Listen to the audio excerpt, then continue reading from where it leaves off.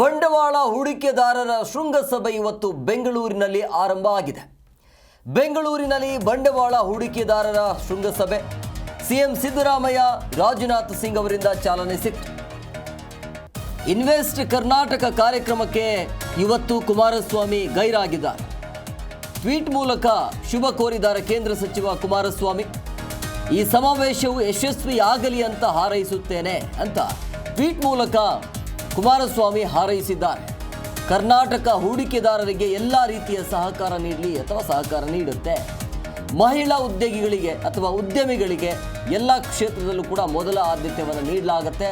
So ಇವತ್ತಿನ ಕಾರ್ಯಕ್ರಮದಲ್ಲಿ ಕುಮಾರಸ್ವಾಮಿ ಅವರು ಇರಬೇಕಾಗಿತ್ತು, ಆದರೆ ಅಲ್ಲಿ ಸಂಸತ್ತಲ್ಲಿ ಭಾಗಿಯಾಗಿರೋದ್ರಿಂದಾಗಿ ಇವತ್ತಿನ ಕಾರ್ಯಕ್ರಮದಲ್ಲಿ ಗೈರಾಗಿದ್ದಾರೆ. ಹಾಗಾಗಿ ಎಕ್ಸ್ ಖಾತೆ ಮುಖಾಂತರ ಈ ರೀತಿಯಾಗಿ ಶುಭ ಕೋರಿದ್ದಾರೆ. ಇವತ್ತು ಬೆಂಗಳೂರಿನಲ್ಲಿ ಬಂಡವಾಳ ಹೂಡಿಕೆದಾರರ ಶೃಂಗಸಭೆ ಸಿಎಂ ಸಿದ್ದರಾಮಯ್ಯ ಮತ್ತು ರಾಜನಾಥ್ ಸಿಂಗ್ ಅವರಿಂದ ಚಾಲನೆ ಸಿಕ್ತು.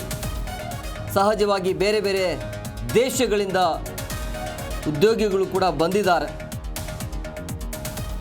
ಇವತ್ತು ಶುಕ್ರವಾರ ತನಕ ಈ ಒಂದು ಕಾರ್ಯಕ್ರಮ ಇರುತ್ತೆ. ಟ್ವೀಟ್ ಮೂಲಕ ಈಗ ಕುಮಾರಸ್ವಾಮಿ ಅವರು ಶುಭ ಹಾರೈಸಿದ್ದಾರೆ. ರಾಜ್ಯದ ಔದ್ಯೋಗಿಕ ಪ್ರಗತಿಯಲ್ಲಿ ಮಹತ್ವದ ಪಾತ್ರ ವಹಿಸಿರುವಂಥ ಜಾಗತಿಕ ಬಂಡವಾಳ ಹೂಡಿಕೆದಾರರ ಸಮಾವೇಶ ಇಂದಿನಿಂದ ಆರಂಭಗೊಂಡಿದೆ. ಸುಮಾರು 10 ಲಕ್ಷ ಕೋಟಿ ರೂಪಾಯಿಗಳ ಹೂಡಿಕೆಯ ನಿರೀಕ್ಷೆ ವ್ಯಕ್ತವಾಗಿದೆ.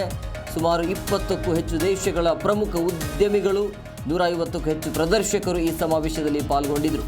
ಸಮಾವೇಶಕ್ಕಾಗಿ ರಾಜ್ಯ ಸರ್ಕಾರ ಸಕಲ ಸಿದ್ಧತೆಯನ್ನು ಈಗಾಗಲೇ ಕೈಗೊಂಡಿದೆ. ಸೊ ಇವತ್ತು ಸಿಎಂ ಸಿದ್ದರಾಮಯ್ಯ ಹಾಗೂ ರಾಜನಾಥ್ ಸಿಂಗ್ ಅವರಿಂದ ಚಾಲನೆ ಸಿಕ್ಕಿದೆ. ಇದರ ಉದ್ದೇಶ ಏನು ಅಂತಂದರೆ, ಇಡೀ ವಿಶ್ವದ ಉದ್ಯೋಗಿಗಳು ನಮ್ಮ ಕರ್ನಾಟಕದತ್ತ ಮುಖ ಮಾಡಬೇಕು, ನಮ್ಮ ಕರ್ನಾಟಕದಲ್ಲಿರುವಂಥ ಜನರಿಗೆ ಉದ್ಯೋಗ ಸಿಗಬೇಕು ಅನ್ನುವಂಥ ಲೆಕ್ಕಾಚಾರ.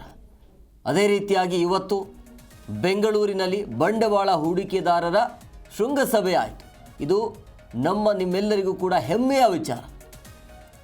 ಉದ್ಯೋಗ ಸೃಷ್ಟಿಯಾಗತ್ತೆ, ಬಂಡವಾಳ ಹಾಕಲಾಗತ್ತೆ. ಬಂಡವಾಳ ಹಾಕಿದರೆ ಸಹಜವಾಗಿ ಉದ್ಯೋಗ ಸೃಷ್ಟಿ ಆಗುತ್ತೆ, ಎಲ್ರಿಗೂ ಕೂಡ ಉದ್ಯೋಗ ಸಿಗತ್ತೆ. ಈ ನಿಟ್ಟಿನಲ್ಲಿ ಕೆಲಸ ಕಾರ್ಯಗಳು ಆಗತ್ತೆ. ಇವತ್ತು ಶೃಂಗಸಭೆಯ ಮೊದಲ ದಿನ ರಾಜನಾಥ್ ಸಿಂಗ್ ಅವರು ಚಾಲನೆ ಕೊಟ್ಟಿದ್ದಾರೆ. ಸಿಎಂ ಸಿದ್ದರಾಮಯ್ಯವರು ಕೂಡ ಇದ್ದರು. 10 ಲಕ್ಷ ಕೋಟಿ ರೂಪಾಯಿಗಳ ಹೂಡಿಕೆಯ ನಿರೀಕ್ಷೆ ಇದೆ. ಸುಮಾರು 20ಕ್ಕೂ ಹೆಚ್ಚು ದೇಶಗಳ ಪ್ರಮುಖ ಉದ್ಯಮಿಗಳು, 150ಕ್ಕೂ ಹೆಚ್ಚು ಪ್ರದರ್ಶಕರು ಈ ಸಮಾವೇಶದಲ್ಲಿ ಪಾಲ್ಗೊಂಡಿದ್ದಾರೆ. ಕೇಂದ್ರ ಮತ್ತು ರಾಜ್ಯ ಸರ್ಕಾರಗಳ ಸಹಯೋಗದಲ್ಲಿ ಬಂಡವಾಳ ಹೂಡಿಕೆಗೆ ಜಾಗತಿಕ ವೇದಿಕೆಯಲ್ಲಿ ಕಲ್ಪಿಸಿಕೊಡಲಾಗ್ತಾ ಇದೆ. ದೇಶ ಹಾಗೂ ವಿದೇಶಿಯ ಪ್ರಮುಖ ಕಂಪನಿಗಳು, ಮುಂದುವರೆದ ರಾಷ್ಟ್ರಗಳ ಉದ್ಯಮಿಗಳು ಬಂಡವಾಳ ಹೂಡಿಕೆದಾರರ ಸಮಾವೇಶದಲ್ಲಿ ಇವತ್ತು ಪರಸ್ಪರ ಮುಖಾಮುಖಿ ಆಗಿದ್ದಾರೆ. ಇದಕ್ಕಾಗಿ 30 ಗೋಷ್ಠಿಗಳನ್ನು ಆಯೋಜಿಸಿದ್ದು, 100ಕ್ಕೂ ಹೆಚ್ಚು ಭಾಷಣಕಾರರು ರಾಜ್ಯದ ನೈಸರ್ಗಿಕ ಮಾನವ ಸಂಪನ್ಮೂಲಗಳ ಬಗ್ಗೆ ವಿವರಣೆ ನೀಡಲಿದ್ದು, ಕೈಗಾರಿಕಾ ಸ್ನೇಹಿ ವಾತಾವರಣದ ಬಗ್ಗೆ ಹೂಡಿಕೆದಾರರಿಗೆ ಮನವರಿಕೆ ಮಾಡಿಕೊಡಲಾಗುತ್ತೆ. ಬೃಹತ್ ಮತ್ತು ಮಧ್ಯಮ ಕೈಗಾರಿಕೆ, ಮಾಹಿತಿ ತಂತ್ರಜ್ಞಾನ ಸೇರಿದಂತೆ ವಿವಿಧ ಇಲಾಖೆಗಳು ಸಮಾವೇಶದ ಆಯೋಜನೆಗೆ ಟೊಂಕ ಕಟ್ಟಿ ನಿಂತಿರುವಂಥದ್ದು. ಸೊ ಬೆಂಗಳೂರು ಅರಮನೆ ಮೈದಾನದಲ್ಲಿ ಮುಖ್ಯಮಂತ್ರಿ ಸಿದ್ದರಾಮಯ್ಯ ಅವರ ಅಧ್ಯಕ್ಷತೆಯಲ್ಲಿ ಸಮಾವೇಶಕ್ಕೆ ಚಾಲನೆ ಕೊಡಲಾಯಿತು. ರಕ್ಷಣಾ ಸಚಿವರಾಗಿರುವಂಥ ರಾಜನಾಥ್ ಸಿಂಗ್, ಕೇಂದ್ರ ಸಚಿವರಾಗಿರುವಂಥ ಪ್ರಹ್ಲಾದ್ ಜೋಶಿ, ಕುಮಾರಸ್ವಾಮಿ ಬರಬೇಕಾಗಿತ್ತು, ಬಟ್ ಇವತ್ತು ಬರಲಿಲ್ಲ. ಶುಕ್ರವಾರದವರೆಗೂ ಜಾಗತಿಕ ಬಂಡವಾಳ ಹೂಡಿಕೆದಾರರ ಸಮಾವೇಶ ಇರುತ್ತೆ.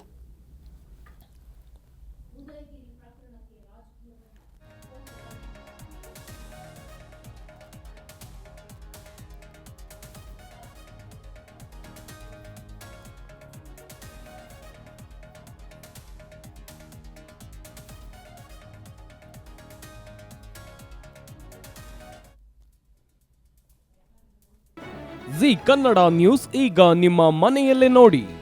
ಎಲ್ಲ ಕೇಬಲ್ಗಳಲ್ಲಿ ಈಗ ಲಭ್ಯ.